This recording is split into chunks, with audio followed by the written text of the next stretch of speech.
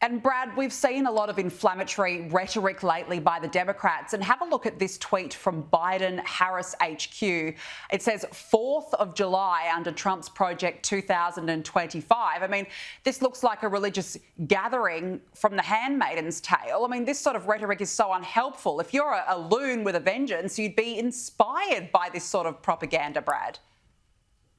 Yeah, look, Biden has come out since the assassination attempt on Donald Trump and condemned it, of course. And I guess he deserves some credit for meeting that bare moral minimum.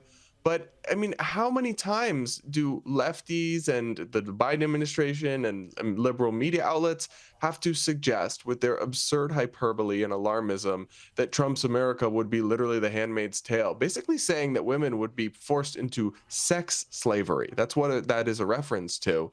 And how many times do they have to say that Trump would be a dictator by distorting one joke he made out of context? Or how many, I mean, we've had MSNBC anchors suggest without evidence that Trump would take their show off air, say over and over again he represents an existential threat to American democracy, also say that he's literally Hitler. That's what Joy Reid, one very angry and unhinged MSNBC analyst, said just recently. How many times do they have to say this kind of alarmist, doomsday, fear-mongering nonsense before one crazy person listens and takes their words seriously and acts accordingly? And that's what I suspect happened Saturday night. Obviously, we don't have final confirmation of the shooter's motivation, but even if not, it's only a matter of time. You can't continue to engage in this kind of the sky is falling, fear-mongering, doomsday rhetoric and expect there to never be any consequences or anybody who actually takes what you're saying at face value.